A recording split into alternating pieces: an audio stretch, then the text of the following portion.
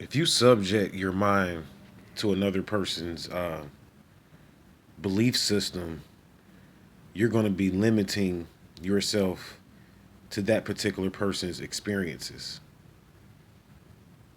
You see, you have it's your mind, and you have to decide what you want to feed it or what you want to accept inside of that reservoir. Your mind is a reservoir. It's kind of like a storage drive. It stores information. Your mind is not the creator.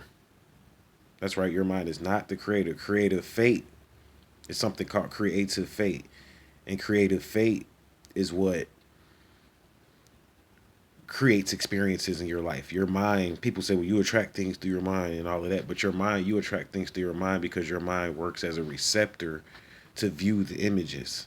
So it's kind of like if you're watching a television show and you turn on the television show and the number that you turn on the television dial matches whatever, television show you're trying to watch, then your television acts as a receptor or receiver to that particular show or that particular information that's coming through the tube. However, your television itself is not the creator of the information or the creator of the images that you see. The images are being piped from somewhere else, and you are channeling it in through the channel or the station or the number that you're watching it on.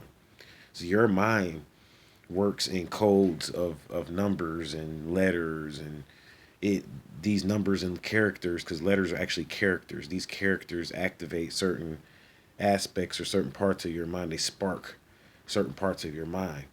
So your mind is important, but your mind is not the author. It's not the creator of what you experience or what you see.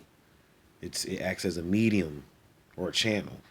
So the creator is creative fate, your destiny. Fate goes into your destiny or your destination. So you have to have what's called an intent. All creation starts with an intent. So you have to have an intention on what you want. You have to state your intention. And when you state your intention, your life will begin. Everything that you experience from that point, you have to believe this though and know this.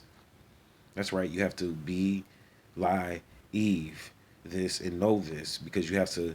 You can call it a lie and say you believing you're lying to yourself, but you're tricking the mind because the mind is going to accept whatever comes into its sphere or its space, whether it's positive or negative. So the mind it doesn't really have, I guess you can say, a choice. So you have to. You would call in left brain knowledge lie. There's no such thing as a lie. There's no only lie. True lie is the lie that you believe. If it's something that's not necessarily true about yourself, but then you believe it, then that could be a lie. Like they say, you're lying to yourself. But there's no lie. Really, in reality, there's only perception of what you experience, and that's filtered. Your mind is a filter, and that's filtered through the mind. So your mind is the creator. So when you talk about creating abundance, whether that's money rituals, if abundance to you is money, then maybe you got to do some money rituals. But if abundance to you may be just the fact to have access to many automobiles, you're going to have to do some car rituals to get you a car, have access to automobiles, not necessarily have a car, but just to have access. So it's like, what do you want? Many people don't know what they want. They're just like, I know I want to be rich. I know I want money. But it's like you ain't never going to get rich if you don't have a dream, a creation, an idea. Your mind it cannot facilitate it or create it on its own because your mind is too sensitive to what you see around us. And the things that we are seeing going on around us is nothing but programming. Mind control programming to keep a certain reality in place. Because money, the reason why a lot of you are broke is because money is not just limited to creativity and how creative you are and all of that type of stuff. Don't let them fool you. I used to think that even. I used to think that. But money is it's more to money than that. Money is linked into money itself is linked into a collective etheric bank or kind of similar to like a collective form of consciousness is what money is linked into. So money itself cannot be attracted by one person's positive thoughts alone, because at the end of the day, the only way to get money is a medium. You have to get it from somewhere else. You have to get it from an outside source. So that's why money is so hard to accumulate in a mass. And that's why many conscious people don't necessarily have money, because they don't know that. It's more, you have to get money in a group effort or a collective effort. You have to tap into the collective ethers. The money that, or the energy that governs money is a collective etheric type of energy. So you have to learn how to tap into that. If you don't know how to tap into that, then it's not to say you won't always be broke, but all the money you get will just be based on luck or based on happenstance or things of that nature. So you got to have a network essentially with money. That's why network marketing companies did so well, because they had a network. So you got to have a network that you're tapping into when you talk about attracting money and attracting anything for that matter. But you have to have a deliberate intent on what you want. You have to state your intentions on every single money ritual that you do, because I'm going to give a money ritual at the end of this video. But at the end of the day, money rituals don't work if you have not activated the creative part or the creative aspect of yourself. And the creative aspect, because people don't realize this, but this is where it kind of gets deep at y'all. We were put here as creative beings. We are called human beings. Human being actually means the creative being. Did you know that? So you are here. You are the creator. People say, I'm going to go ask the creator to give me money. You can ask the creator to give you money, but don't look at the creator as something outside of yourself. You have a connection with the creator of the all. The creator ultimately is the all that exists. And you have a connection with that. So you as a creator have to pull out of that, all that collective juice and, and all of that collective gumbo, if you want to call it that. And you have to figure out a way to put that together into a project so that you can manifest or beautify your experience. And we all got different tiers. There's different levels on how to do it. But at the end of the day, you will never do it if you don't have a connection with that creative part of yourself. And this is where it gets interesting. The creative part of yourself is tapped into the fall of man. That's right. See, it's taught that man and woman fell from a certain state or certain stage of everlasting life. We did not have to die, but we slowed down our vibration through experiments and through certain research, and we created what's called DNA. And when we created DNA, this is when we begin to die, or we begin to experience periods of life where we would live and then die. There was a time when we couldn't die as etheric beings. When we came down to this, from this lofty state, this is what you call heaven, everlasting life. No grief, no worries, nothing. And we have to learn how to get back to that, of course. But I mean, right now we are in this low vibration, and we do have to manifest better experiences for ourselves. And money is going to be a tool. It's just going to be a tool no matter how you look at it. It's going to be something that has to be mastered by the conscious person if we want to go to the final frontier, or if we want to go to the next level. So that's why I kind of sometimes give out money rituals and things of that nature, because not only that, it helps with my karma and things that I'm working with as well, because I have karma with money as well, but I'm not going into myself right now. So yeah, it's a part of the fall of man. When we fail, we slow down our vibration. Our ethers became what's called very murky. Shout out to the Grand Sheik Gates that taught me that. But the ethers are very murky. The ethers that deal with money, and we have to slow down our vibration to match those vibrations of those ethers, because money is tapped into what's called capitalism. It's tied into what's called capitalism. So if you want to have money, you have to master capitalism, the money that we deal with over here. Now, if you just want to be living in a conscious, so see, some conscious people got it twisted. They really talking about socialism when they saying, well, we don't need money and material things, and we can just live off the land and X, Y, and Z. But that's really going to be socialism at the end of the day, because the government going to always have their hand in it. So you either going to be a part of the government and participating in the government. As far as what I mean by that is that you're going to be an official in the government and have some capacity to where you can have shares in the government. But if you're not, then you're going to have a packet agreement with the government to have land. And that's going to go into it's more of socialism. And that's what a lot of conscious people are promoting, is socialism. But And there's nothing wrong with that. If that's what you're into, that's fine. That goes into Social Security and stuff like that, where everybody's equal shares. But some people are still into capitalism. Many of us are into capitalism. If you talking about you want more and you want a better life, then you're into capitalism. And the thing is that capitalism is based on competition, so you're gonna have to compete. And us as indigenous people, we competed, y'all. Don't get it twisted. We weren't just love, burnt incense, sit around all day, smoke good ganja and lay up with your lady and just chill. Nah, we had to compete in this society. We were always like that as indigenous people, and it's nothing different now. It's nothing different about that. So we have to compete if we want to go to the final frontier. Eventually, we will elevate out of this society and we will move into a society that's, I don't know what they're going to call it, but it's going to be based on unlimited progress. Capitalism is not based on unlimited progress. You can only get so far in capitalism, but I'm not covering that right now. So in this money ritual, you want to, it's a lot of stuff about money you want to know, of course. So that's what, of course, I'm giving you in the first part of the video. But I just want to go ahead and give you guys the ritual, because I don't want to give out too much right now. I got a client that I'm going to be working with, and she kind of inspired this video, and I want to send a shout out, my love to her, good sister. And yeah, hopefully you can get something out of this ritual too, because she was just asking me more about money rituals and wanted to get more information on it. She was kind of going through some things or whatever and wanted to get more information on it. So hopefully you can get something out this ritual too. But what you want to understand with this ritual, you want to understand 3 principles. Shout out to my 5%ers on this. You want to understand in the Nation of Islam, of course, the Honorable Elijah Muhammad, supreme wisdom, because this is where this information comes from. But you want to understand the 10%, the 5%, and the 85%. Dope teachings when it comes to understanding money and even working money rituals through it.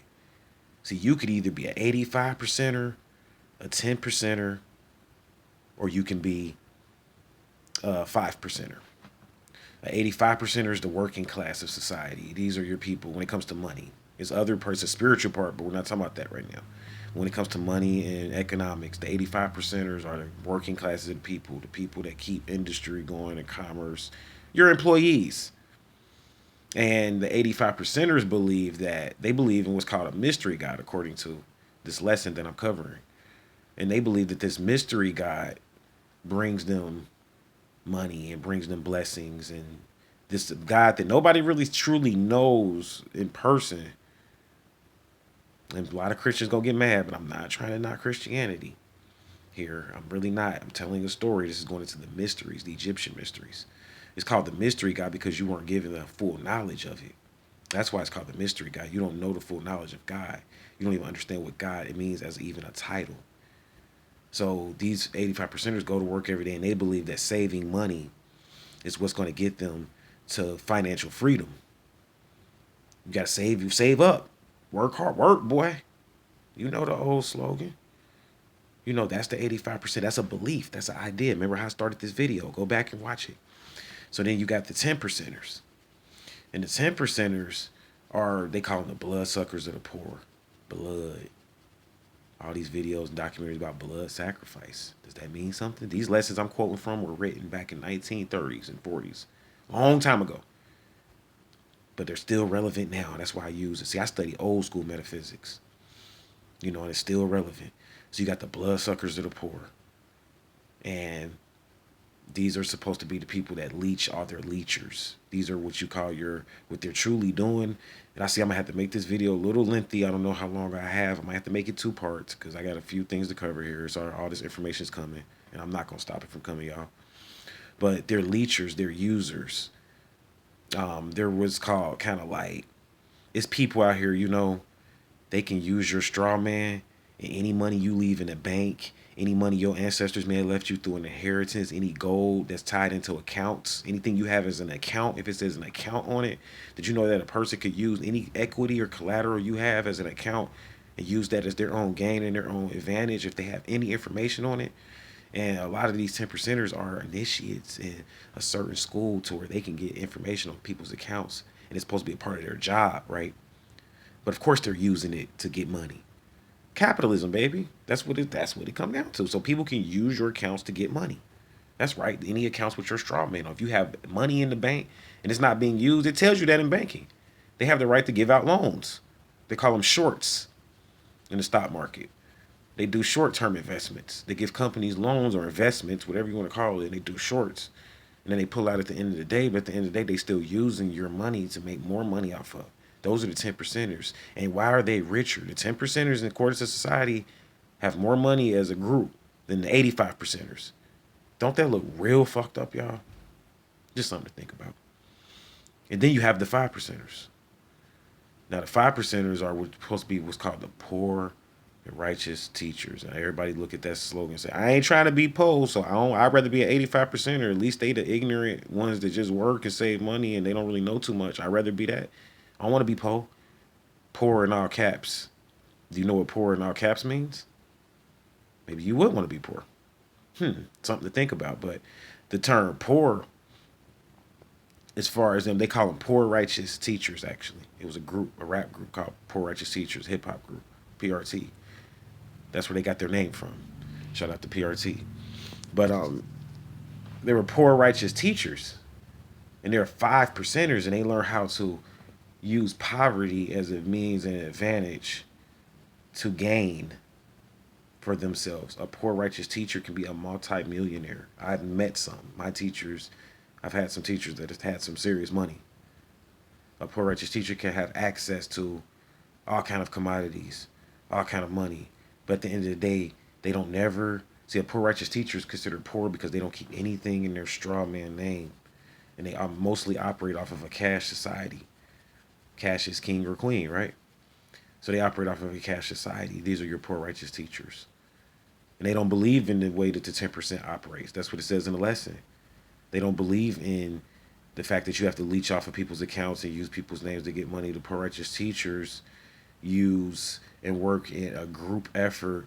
A poor righteous teacher would be considered or similar to someone that's running a nonprofit organization and making millions of dollars, and you can do this, and only paying themselves $1. Donald Trump was doing this. Owning companies and only paying themselves $1. And you can do this, but these are your poor righteous teachers. They don't pay themselves a lot of money. They use resources, they exchange, they barter, they understand. Poor righteous teachers are very knowledgeable. So they understand certain economic concepts to where they don't need money. I consider myself a poor righteous teacher, just like me. I don't have a bank account, like I was telling you guys on the last video. I had a bank account at one point as a teacher, but I've moved into a different phase. So I have to manifest money or things or objects on my own. So I work alchemy and spells and money rituals all the time. Like, look, I'm gonna show you something I made. I manifested you guys for a money ritual. This is real gold bracelet. My cost, what did I pay for this? Nothing. Real gold. I didn't pay anything for it. I own it now. It's in my possession, so it's mine. I'm not gonna go into how I got it. That's my business. I'm a mystic, and I work in the dark and the light ethers to manifest things. That's all I'll really say. But just because you see me like this, or you see me in different ways or look in different kind of ways, don't never underestimate or try to judge whether I'm rich or poor or where my economic situation is, because it's about the knowledge and information. I would never let a money amount make me as a man. I'm a made man. I make myself. They said, who made you? In the circle 7, it's a lesson that says, who made you? And the answer is Allah, the all, collective consciousness. So I'm a part of collective consciousness, and I learned how to tap into that to work money rituals. So why did I bring up the 5, 10, and the 15? The 5, 10, and the 85 percenters? Because this is going to go into the ritual. So I want you guys to do a money ritual. I want you to come up with an amount of money that you're trying to manifest. I don't care if you're working a job or if you're a hustle on the street, whatever you're doing, if you're poor or don't have anything, you come up with an amount of money that you're trying to manifest.